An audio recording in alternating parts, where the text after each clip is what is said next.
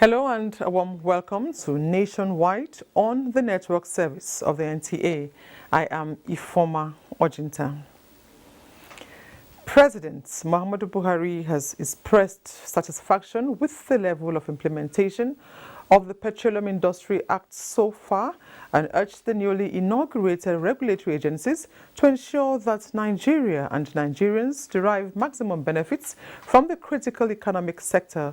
This was when he granted audience to the chief executives of the Nigeria Midstream and Downstream Petroleum Regulatory Authority, Farouk Ahmed, as well as his upstream counterpart, Benga Komolafe. We'll bring you details in our subsequent bulletins. President Muhammadu Buhari has again shown compassionate leadership with his approval of a fourth multi-billion naira bailout for states in 6 years.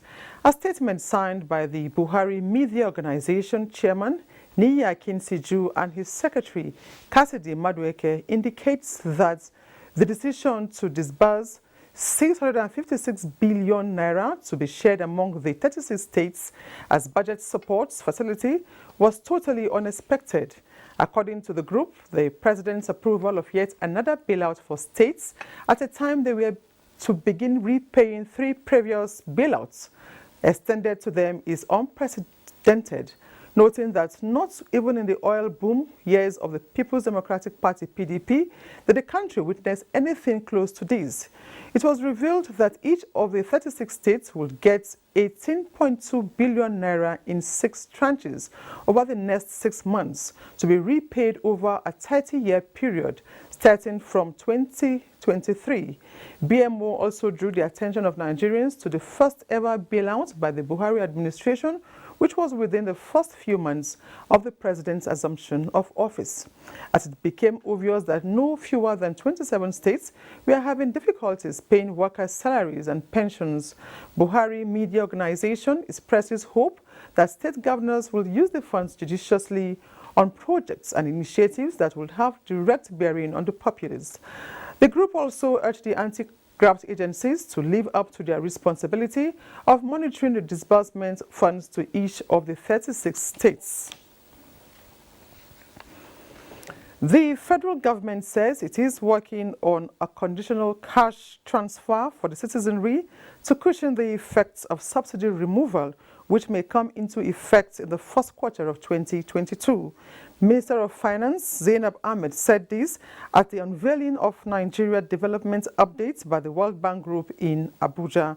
Musa Abubakar reports. This is the second time that the World Bank is launching Development Update on Nigeria this year. The twice-a-year Development Assessment Report indicates that subsidy, high inflation and physical risk, among other factors, are major impediments on growth, despite projections of 2.7 growth in 2021 and 2.8 in 2022.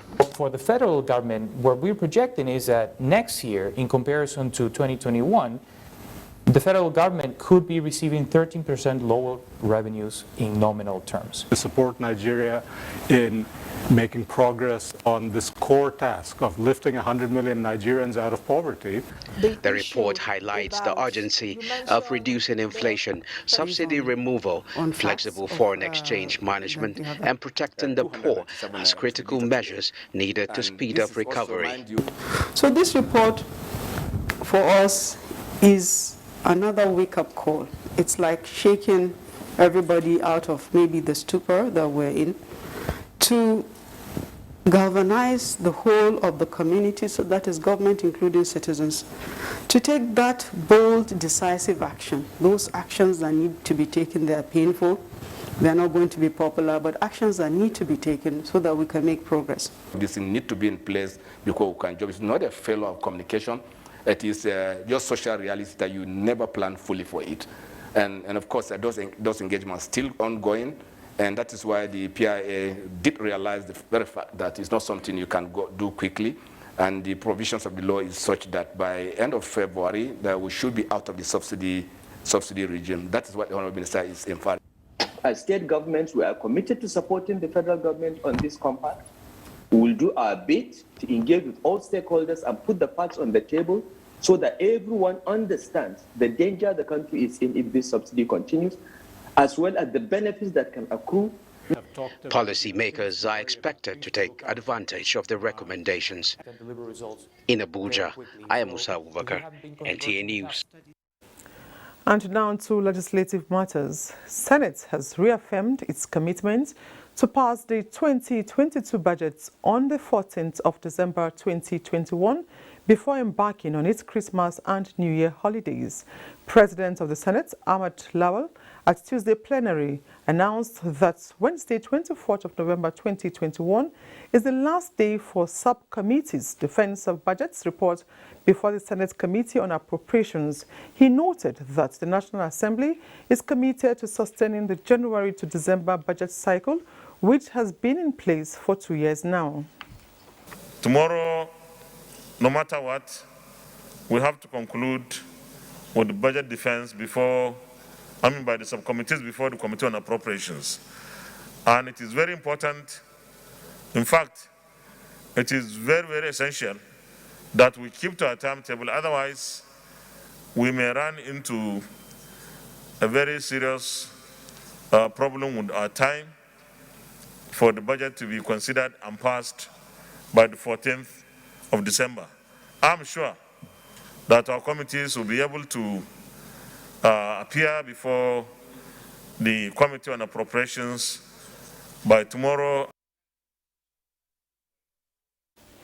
Senator Rochas Okorocha drew the attention of the Senate to what he described as high level of insecurity in Imo State, especially kidnapping and arson.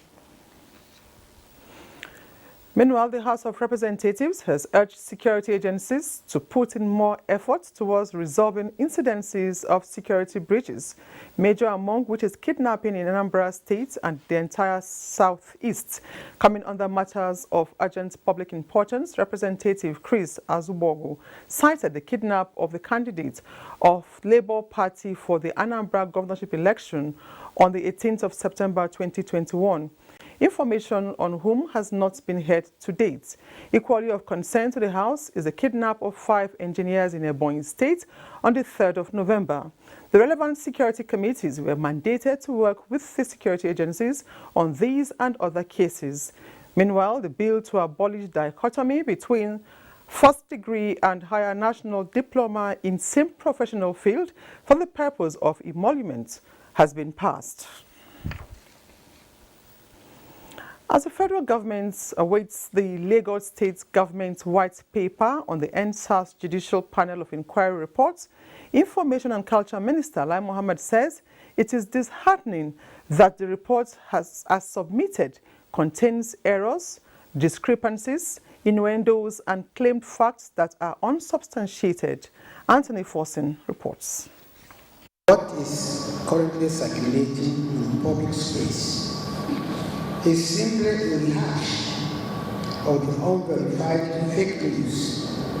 Flanked by the Director General, Nigerian Television Authority, Malam Yakubu Ibn Muhammad, and Special Assistant to the President on Media, Office of the Minister of Information and Culture, Shehu Ademi, Lai Mohammed dismissed contents of the report, saying the panel's report falls short of its mandate to investigate the Lekki Tollgate allegations, and the same allegations are what is contained in the report, which by all standards wasted taxpayers' money. That report is nothing but the triumph of fake news and intimidation of a silent majority by a vociferous lynch mob. In the face of these, some commentators have hailed the report, but some courageous ones, he said, have described it as disgraceful. All these and many more have raised valid questions on that report. We salute their courage and refusal to be cowed by the rapidly lynch mob that has been screaming blue murder since the report was released. Pointing out key issues that clearly expose discrepancies, errors, and omissions. Lai Mohammed said the report omitted the testimony of a ballistic expert who testified before it and gave a professional explanation to what caliber of arms was used, which made it obvious that firearms used were locally fabricated weapons. The panel's report, Lai Mohammed again pointed out, also contradicted itself in the testimony of forensic pathologist Professor John Obafunwa on the number of deaths and those who sustained injuries. Most intriguing, the minister fingered, was the evidence of a man who counted 11 dead bodies in a black military van having been left for dead, emerged in a video to testify. That testimony became crucial to the panel. Another intriguing aspect of the report was that a man who reported seeing the dead body of his brother himself ended up being on the list of the panel's deceased persons. Inconsistencies in the way the police were said to have cleared the Lekki toll gate equally cast some doubt on the report, Lai Mohammed maintained. Now, Lai Mohammed asks, how can the panel convince anyone that names of deceased persons in the report are not fictitious? Since the panel remains indifferent with the case of police personnel brutally murdered or massive destructions of police stations and vehicles during the NSAS protests, it is therefore clear that the panel report in circulation cannot be relied upon. CNN on its part, Lai Mohammed said, was quick to celebrate the report. CNN proved in its report on the findings of the panel, which fell below the main standards of journalism. Secondly, CNN rushed to the air to celebrate an unsigned and unverified report as is riddled with inconsistencies, errors, discrepancies, and innuendos. That is the double faux pas by this organization that is eager and willing to compromise standards just to claim vindication. Sadly, some Nigerian media followed suit, a show that explicitly points at a deliberate attempt to vilify the government at all costs. In Abuja, Anthony Forson, NTA News. Dialogue and critical engagement with agitators, youth groups, political and traditional leaders, as well as all stakeholders in the Southeast, have been highlighted as part of the solutions to the security challenges facing the region. Guests on Good Morning Nigeria said this while seeking ways of achieving sustainable peace in the southeastern parts of Nigeria. Abdusalam Jubril reports. Over the degenerating security situation in the southeast region, some prominent Igbo leaders visited President Muhammadu Buhari last week to seek for a way out of the lingering challenge facing the region. Guests on Good Morning Nigeria commended the move by the leaders and stressed that the onus is on the people of the region to design a homegrown framework for sustainable peace. Let the Igbos themselves decide to, on how they want to solve this problem. That is the first and foremost. Let Nigerians allow Igbos to decide. Go and tell us, how do you think that there can be peace? For us to start solving most of this problem, the people have to be at the forefront. They have to own it. So it's important that the Igbos are part of the drivers of sustainable peace in the southeast. Other guests decried the militarization of the region and urged the political leadership to take charge and strengthen the existing social structures in the southeast. There are no roads in the southeast. It's not necessarily the responsibility of federal government to build roads. The political leadership in the southeast must wake up. I think the Southeast leaders understand that this conflict is ripe to be resolved. Holding leaders accountable to make sure that we have the right and enabling policies and framework. They also recommended the formation of peace-building agencies and the involvement of diasporans of Igbo extraction towards achieving sustainable peace in the region. In Abuja, Abdul Salam Jubril, NTA News. The Attorney General and Minister of Justice, Abubakar Malami, says the federal government is vigorously pursuing a reform strategy for improved performance by the nation's security agencies. This was when he played host to the Presidential Implementation Advisory Committee for the Reforms in the Ministry of Defense and the Armed Forces of Nigeria. Malami said the government would provide adequate support to enable the committee deliver on its mandate of fashioning out an efficient security system for the nation, since the nation's position as a signatory to international conventions and treaties, as well as the International Criminal Court, puts good stead for this.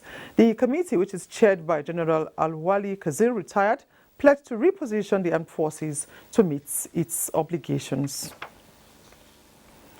With the workload of the judicial sector in Nigeria increasing by the day amidst the need for speedy dispensation of justice, a new set of judges have been sworn in by the Chief Justice of the Federation to man the Federal Capital Territory High Courts.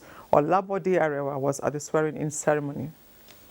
That I will not allow my personal interest to influence my official conduct or my official decisions. Those are the new judges of the Federal Capital Territory High Courts, taking their oaths of office before the Chief Justice of Nigeria, Justice Ibrahim Tanko Muhammad. The judges, numbering 22, were appointed to fill existing vacancies in courts across the nation's capital. The Chief Justice of Nigeria, in a charge, said although the judges have been found worthy in character and conduct, they still need to justify their appointments by keeping to the code of conduct for judicial officers. If you are lazy-minded and you are appointed to the court, please you better brace up. There's a lot of work in the court. Please respect the oath you have just taken.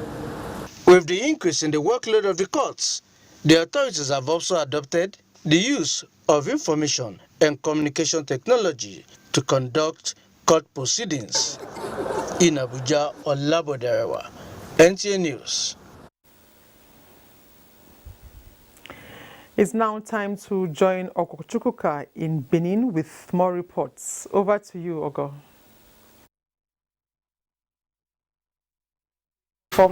Welcome to Benin. The medical screening exercise for police constables is ongoing at the Police Cottage Hospital in Benin. The exercise is for candidates from Edo and Delta states who have successfully concluded the recent computer-based test for recruitment into police constables. Meanwhile, the AIG Zone 5 Benin, comprising Edo and Delta, Isaac Akimoyede, monitored the exercise. Ifoma Okafo has details. The candidates were examined for intelligence quotient, mental alertness, height, knowledge of computer, as well as for other vital signs. The candidates are the statistics from the 10,000 that applied for the 2020 recruitment into the Nigerian police force. The Assistant Inspector General of Police, Zone 5 Benin, Isaac Akimoyede, on spot assessment, commended the process as he reviewed that the police force is poised to ensuring transparency and professionalism for optimum performance. The exercise is going on smoothly. I've gone around. We cannot recruit somebody that is mentally challenged. What we are trying to do is to ensure that the recruitment exercise is transparent. Those people that will eventually be selected, they are people that are really worthy of selection into the Nigeria Police. The medical examination is a step to attending the police college and is taking place simultaneously across the 17 zonal commands of the Nigerian Police Force. In Benin, Ifoma Okafo, NTA News. And now the League of Women Voters in Nigeria are mapping out strategies to mobilize more women to win elective positions in future elections in the country. This was their focus as they marked the 25th anniversary of the body in Benin. With its theme, full and equal participation of women in public life and leadership. Goodluck Enaini reports. These women are from different states across the country who have been contributing their quota in various fields of endeavor. They say they are not happy with what they call the continued exclusion of women in political positions and other scheme of things. Minister of Women Affairs, Dame Pauline Tallinn, represented by the Special Advisor Technical, Princess Jummai Idonije, in her paper presentation, identified ignorance and harmful belief as some factors. Beyond just talking, I want to see concrete action-oriented outcomes as we prepare to change the narrative. I want to appeal to all of us to sharpen our skills. What we see is a future that is clearer. I see the drive in all of us, and I see the tenacity in all of us. Other speakers sued for unity among the women. The message to all women is to have hope and to be active. In spite of the way we have been educated, in spite of the way we have been brainwashed by different religions, we should start asserting ourselves. For the participants, the conference is reassuring. NILOF was birthed in 1996 and has its national head office in Benin. It is non-partisan, non-religious, non-ethnic, and non-profit oriented. In Benin, Goodluck Inaeni, NT News. And we are done from here. From us, back to you.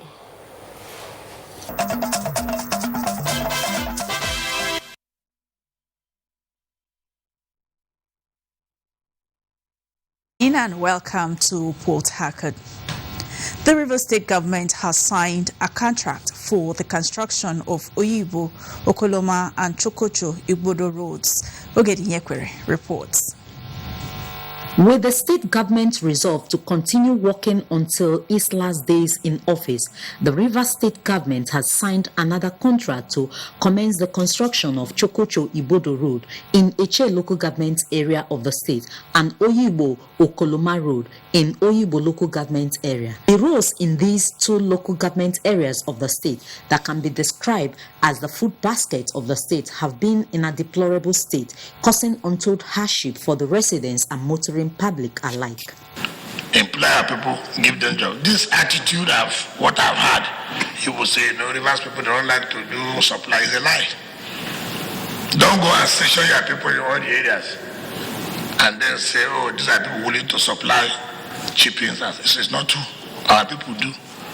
Governor Wike urged the contracting firm to engage the indigenes meaningfully, but insisted that the contractors must deliver the jobs in record time. For me, project is not only the physical projects you see.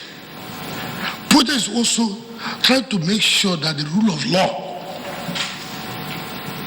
is respected and applied. With the signing of the contract by the state government in less than few months, the people will now heave a sigh of relief. In Port Harcourt, Ogediyekwere, NTA News. It is difficult to identify the actual needs of the people at the grassroots without the help of a functional local government system. Stakeholders in local government administration made this assertion while speaking on the importance of local government financial autonomy to the development of rural communities. Kelvin Samuel reports. Local governments are created with the ultimate goal of bringing government closer to the people at the grassroots.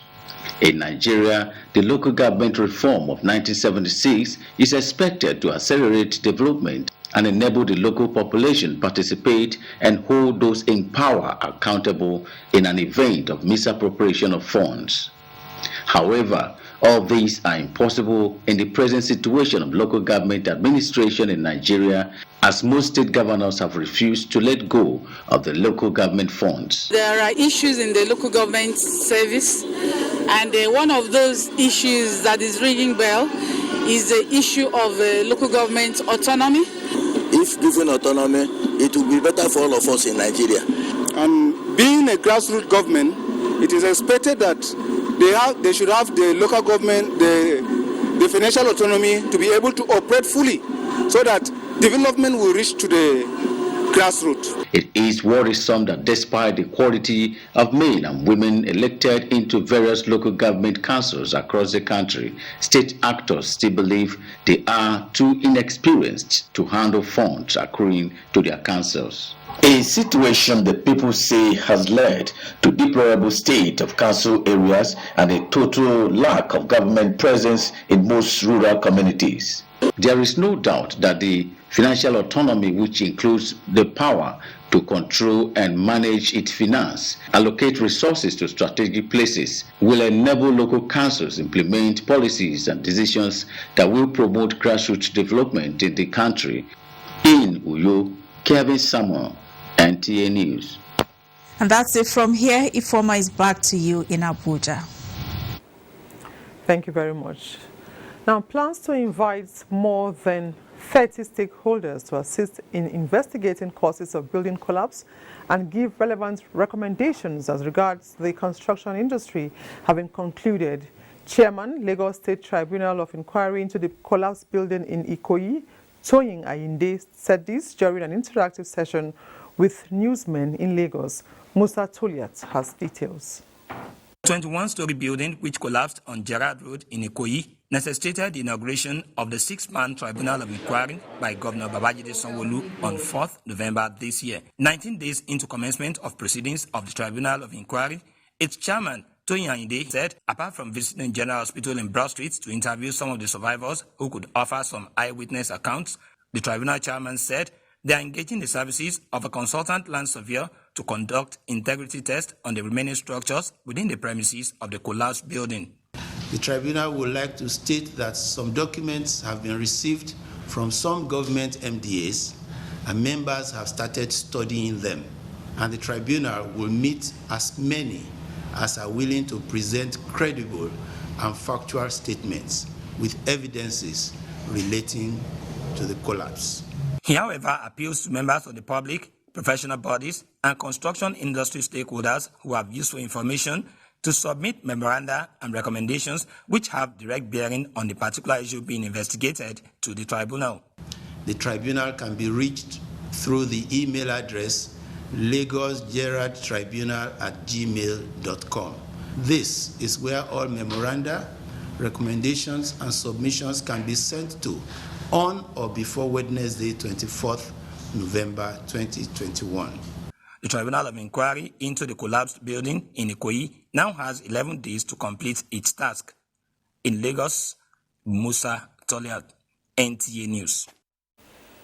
Water transportation is increasingly becoming a vital option for Lagosians due to traffic on roads.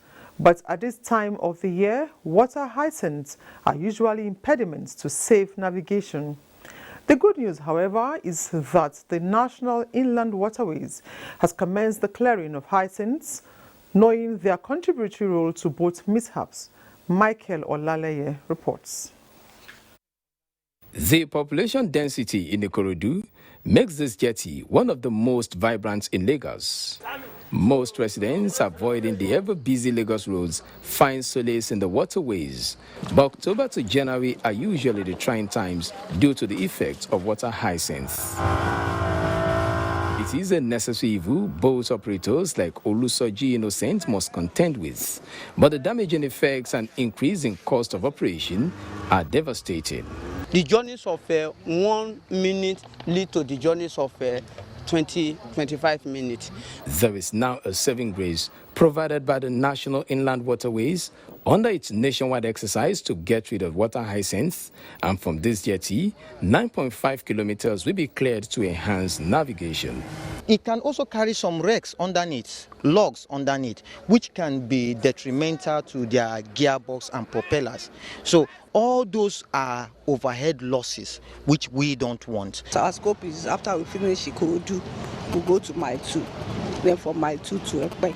But for now, you can see the concentration in Ikorodu is very high.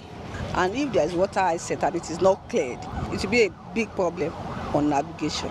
By this week, we're hoping to bring barges in and see how the machines can go on it deep into the water and see how they can clear the water hyacinth.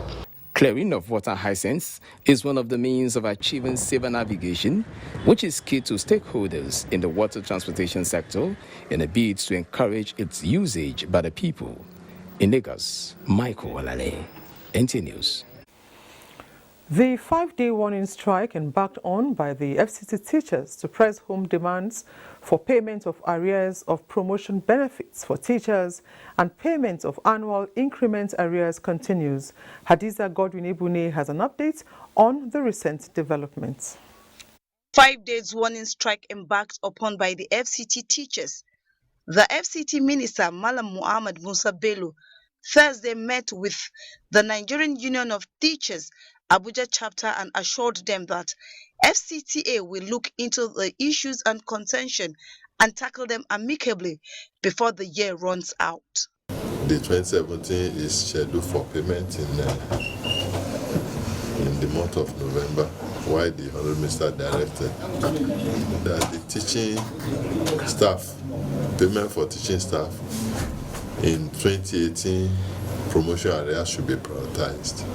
We are looking at that seriously so that the issue of promotion areas for this category of workforce can be settled once and for all. The FCT Nigerian Union of Teachers Chairman Stephen Nabai said, while the FCT administration has promised and began payment of teachers' promotion arrears, the 6 area councils in the territory, saddled with the payment of primary school teachers a new minimum wage, has refused to do same. For the 18 months that the FCT Council of Nigerian Union of Teachers had been agitating for the payment, he says the union is yet to see any commitment by the area councils.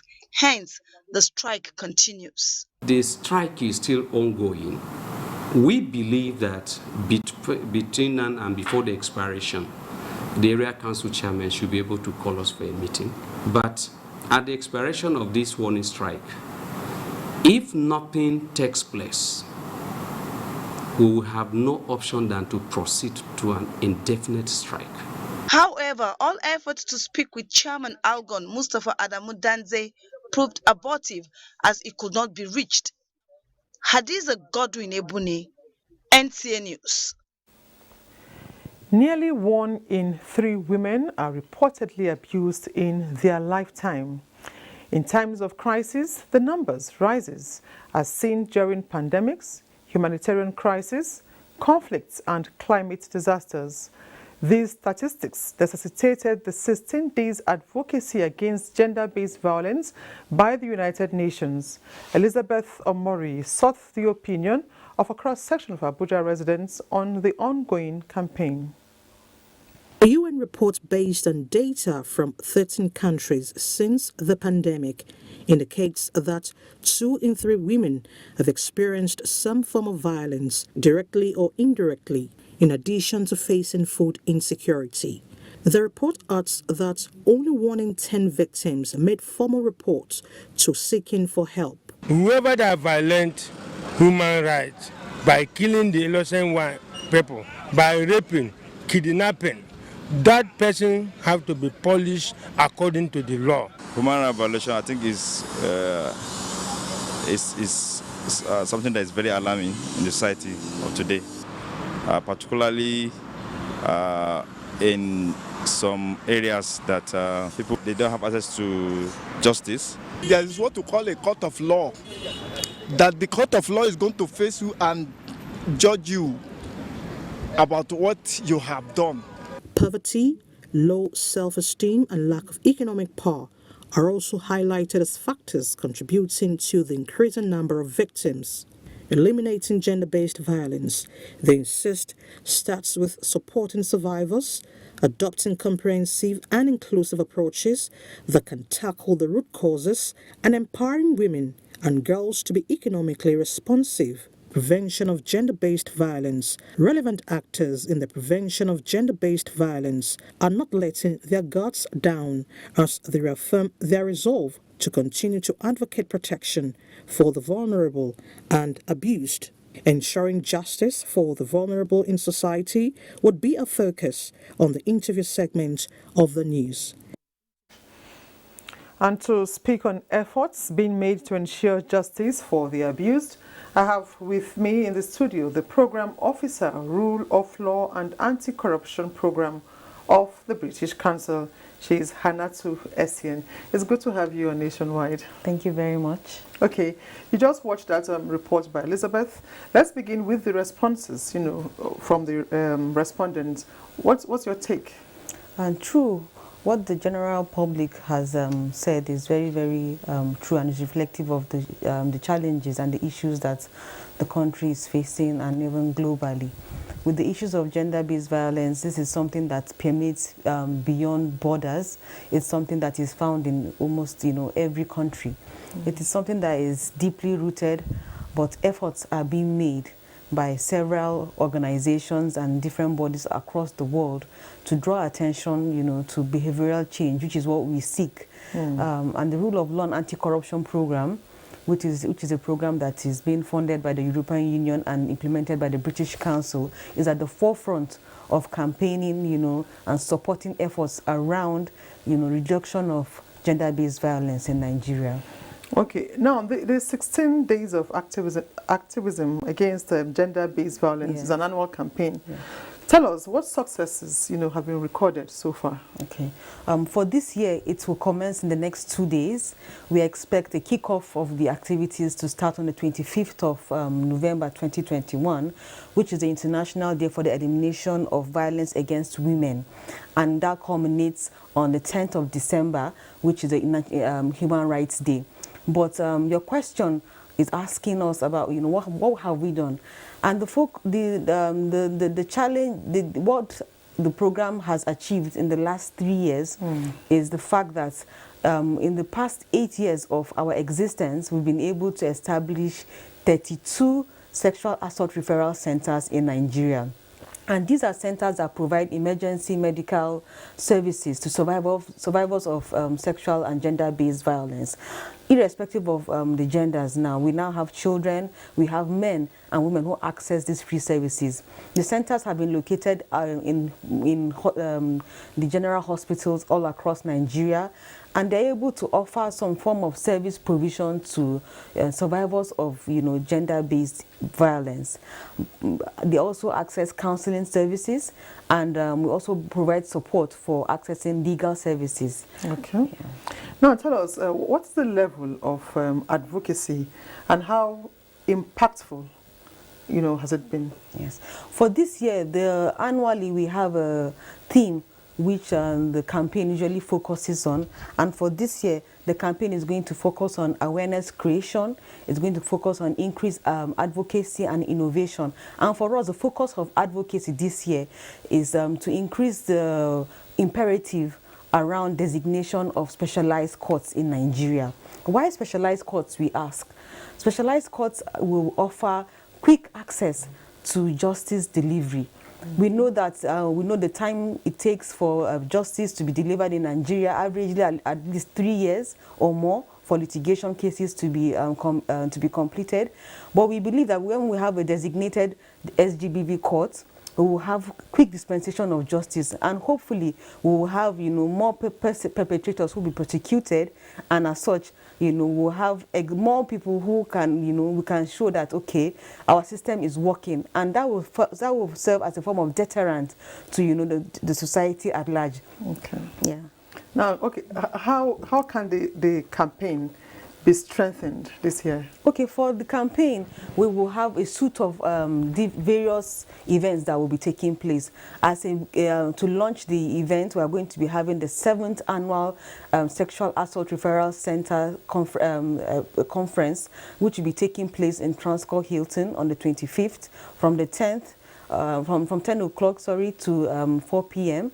We are going to have sexual and assault referral, mock SGBV courts that will be taking place. Okay. This will also demonstrate, what are the challenges that are experienced in delivery of justice for survivors? What are the pitfalls? What are the compromises that are made? And what needs to be done in order for us to ensure that we have, that swift delivery of justice? We are going to be having also free counseling and legal clinics where survivors of SGBV can access free counseling services and legal services. This is pro bono, free of charge at 2 locations, one at the Federal Ministry of Justice and the other location is at the Transcorp Hilton. So we hope that the citizens will access these services. All right. Thank you very much, and we wish you well in your campaign this year. Thank you very much, Hanatu Essien, Program Officer, Rule of Law and Anti-Corruption Program of the British Council. Thank you very much. Thank you. Now, in a bid to achieve an all-inclusive society for persons with disabilities, the Ministry of Humanitarian Affairs, Disaster Management and Social Development has engaged with relevant stakeholders across the country for better synergy to profile solutions to the challenges faced by persons with disabilities. Ruth Aguele reports. Their daily struggles to fit into the society, protect their rights, and give their voices a chance to be heard have not gone unnoticed, with various interventions by the federal government to change the narrative. These are state directors for the rehabilitation and service delivery for persons with disabilities from across the country, working out modalities with the Ministry of Humanitarian Affairs, Disaster Management and Social Development by sharing experiences and come up with concrete steps on ways to improve the quality of life for persons with disabilities. We all must acknowledge the need to continuously deliberate on issues affecting people living with disabilities in Nigeria, with a view to coming up with implementable decisions as well as keeping abreast of current trends and how they relate to people with disabilities. We look forward to engaging each and every one of you in the implementation of most of these important aspects, most especially as it touches on the area of accessibility to physical environment. This meeting is coming at a time when Nigeria, indeed, the world at large, are focusing attention more on realization of the right of persons with disabilities through enactment of and implementation of relevant laws. For the ministry, this synergy would further help to enhance and sustain advocacy to protect the rights and privileges of persons with disabilities to ensure they live a fulfilled life. In Abuja, Ruth Aguele, NTA News. The Institute for Tourism Professionals of Nigeria has received the International Organization for Standardization ISO certificate in Abuja. Presenting the certificate to the Institute's president, Director General, Standard Organization of Nigeria, Farouk Salim, said the certification of the Institute is a clear demonstration of the quality of its service delivery, which is in compliance with world standards. System, which helps them in doing their managerial activities in the organization. It has standards, it assures ways for them to follow and do what they need to do. So actually it's very relevant to them. And like I said, everything that has standards and quality, we standardize it. So we do have trainings for those things, and we're always looking forward to the public exploiting the opportunity to use our services. Tourism is international. So for us to actually operate as a professional body within the sector, we need to ensure that we adhere to the standards set internationally. That was why we went for the ISO 9001 quality management systems. With this certification, the Institute for Tourism Professionals of Nigeria has now joined the class of ISO 9001 2015 Quality Management System Certified Organization in the tourism sector in Nigeria. Let's now join Suleiman in our Kaduna Network Center. Hello, Suleiman. Thank you, Ifoma, and welcome. The present administration has broken the jinx in roads infrastructure across the country, some of which for several years were abandoned or in deplorable condition. One of such is the Kaduna Eastern Bypass, which is recording appreciable progress. Haruna Muhammad has the report. Contract for the reconstruction of the 48.50-kilometer Kaduna Eastern Bypass was awarded in 2002, but work on it was abandoned until the present administration resumed its reconstruction.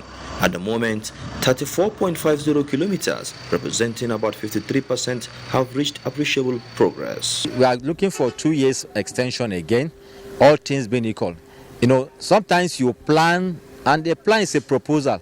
You can imagine what COVID-19 did. A whole year there was inactivity, and you can't blame anybody. The major work has been done, but the challenge on this project is that after so many years, even the geology, the topography, everything has changed. Intensive work is ongoing at the 300-meter Chikaji Bridge that connects the road to Rigachukwu and other parts of the state. The 10-kilometer spur to Raba Road and Rigachukwu are also not left out as earthwork progresses. Federal Controller of Works Fimba Zira is confident that the work is being done without compromising standards, as he urges the contractor to speed up for timely completion. If you go from kilometer 0 to 16 up to this place, all the things we've done, they are still intact. That's the beauty of this. The project, upon completion, is expected to ease vehicular movement in Kaduna metropolis and boost socio-economic activities. In Kaduna, Haruna Mohammed, NTA News. As the Harmattan season sets in with its attendant risk of fire disasters, Federal Fire Service Kano State Command is taking measures to deepen public safety consciousness to mitigate recurring incidences of fire outbreaks. This is at the command's annual Fire Week tagged Campus Fire Safety Day, an award of fire safety ambassadors. Elizabeth Yilalamidu reports. This is the 4th annual Fire Week commemoration in Kano, conceived to find better ways of preventing fire outbreaks, especially during Harmattan. This edition of the program focuses on fire safety in schools and campuses to trigger people's alertness to the dangers posed by uncontrolled fires. The gap we are trying to bridge now is that has to do with our campuses, and that's why we are trying to draw the attention of stakeholders. We have made it a law that any student caught cooking in his own room will disqualify him from staying on campus. They should put extinguishers in their houses, and when they are siren, they shall give way so that we will reach our destination on time. The command has also presented an award to its ambassadors for maintaining a fire safety culture. In Kano, Elizabeth Yilalamido, NTA News. Ifoma in Abuja will continue with the rest of the stories after the break. Thanks for staying tuned. The People's Democratic Party has restated its commitment towards rebuilding a better Nigeria. This formed part of the discussions at an ongoing national retreat for the newly elected National Working Committee members expected to take over the reins of the party leadership next month. Timothy Yusuf reports. This retreat with the team Rescue and Rebuild Nigeria is a form of orientation for those who are new to party leadership or even party politics, as well as a reorientation for those already versed in the process. The main participants here are members-elect of the PDP National Working Committee who emerged during the party's October 30 and 31st 2021 elective national convention held in Abuja. I have every reason to believe that the next administration coming will hand over Nigeria back to PDP. This retreat is to recommit us to the sacrifices we need to make to rescue and rebuild the country. It is to remind us of who and what we are as PDP. Chairman of the PDP Governors Forum and Governor of Sokoto State, Aminu Waziri Tambuwal, called on members of the party to collectively think of ways to better the PDP and, more importantly, the country. The PDP is back. PDP is ready. PDP is poised to write a new positive chapter for Nigeria, a new Nigeria. Speakers at the retreat, including former Minister of Information, Professor Jerry Gana, gave an overview of the party's activities and impact from 1998 to 2015, political party funding, as well as political party marketing and rebranding. In Abuja, Timothy Yusuf, NT News. Next is sports. The Nigerian American Football Association has kicked off secondary school qualifiers in various centers across Lagos State. The competition, organizers say, will feature 40 schools which will produce 2 teams that will get promoted to play in the league. The initiative is a step towards developing a structure for the development of American football in the country. It is an organized league we are planning, and it's an organized league we are going out with. We have exhibition qualifiers. We have also trained both the players, trained the officials. On grassroots football, the maiden edition of Signals Barracks Mile 2 Commanders Football Tournament, tagged Unity and Peace Cup, kicked off at the Signals Barracks pitch, Lagos, with about 24 teams participating in a tournament aimed at taking the restive youth off the street and giving them a platform to thrive. As with the growth for within the environment.